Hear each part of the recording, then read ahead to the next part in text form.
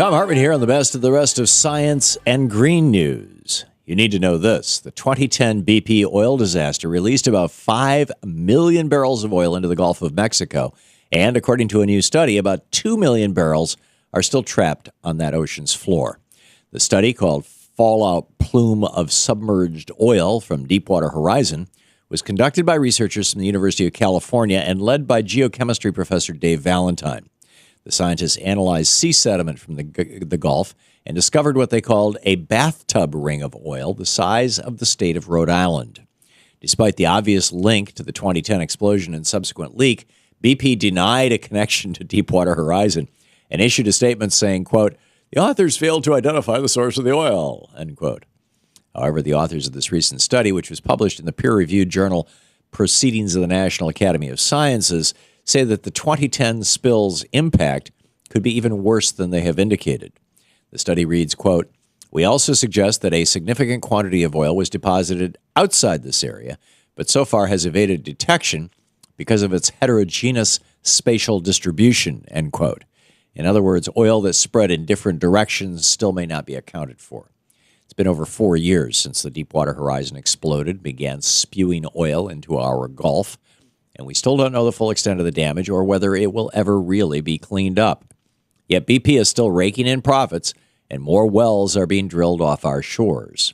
What will it take to make us wake up to the dangers of oil drilling? And how much must a corporation destroy before they lose the privilege of doing business in our great nation?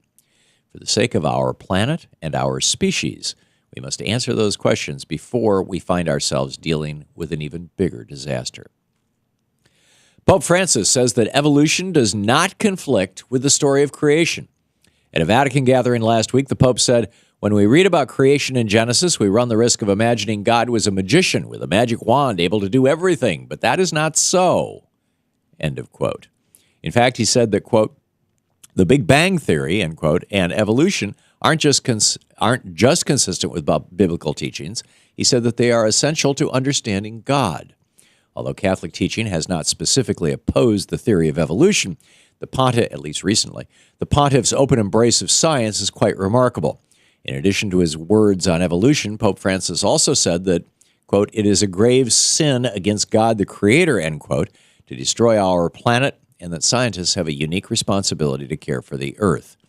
He said that in the book of Genesis, God directed Adam to name everything and go ahead through history, which makes him responsible for creation so that he might steward it in order to develop it until the end of time. It makes much more sense to think that God would want us to care for his creation rather than destroy it. Now, if only the Republican Party could learn to evolve and embrace science, as well as the Vatican. Seneca Lake is in the beautiful Finger Lakes region of New York State, but a Texas-based energy corporation wants to turn it into a natural gas storage station. Thankfully, the We Are Seneca Lake protesters are fighting to stop it, even if it means their arrest. Construction on the natural gas storage facility was slated to begin October 24th, but construction crews have faced a human blockade trying to stop the project.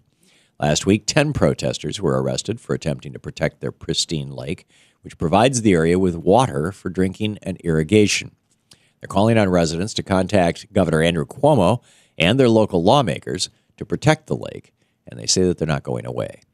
The salt caverns near Seneca Lake have been documented as an unstable storage site, and residents and protesters have strong concerns about water quality and public safety.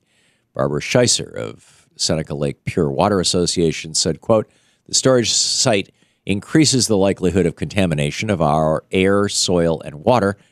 Plus, the airways always present a risk of gas leakage, unpredictable explosions, and sinkholes," end quote. Hopefully, lawmakers in New York are listening, and they will help protect Seneca Lake and its residents. And finally, although they were nearly hunted to the point of extinction, the American West has a new appreciation for beavers.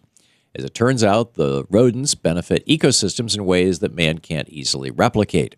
Humans may be able to build reservoirs and hydroelectric dams, but doing so often harms the local environment.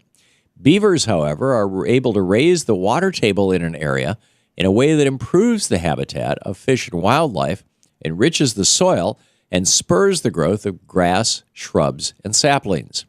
Instead of being hunted for their pelts or having their dams destroyed, Government agencies are now sponsoring workshops and publishing manuals to teach people how to attract beavers to their area. Dealing with droughts and rebuilding ecosystems can also cost a fortune, but beaver dams don't cost a dime. Jeff Burrell of the Wildlife Conservation Society said, quote, "People realize that if we don't have a way to store water that's not so expensive, we're going to be up a creek, a dry creek," end quote. Thankfully, the West is recognizing the benefits of the mighty beaver.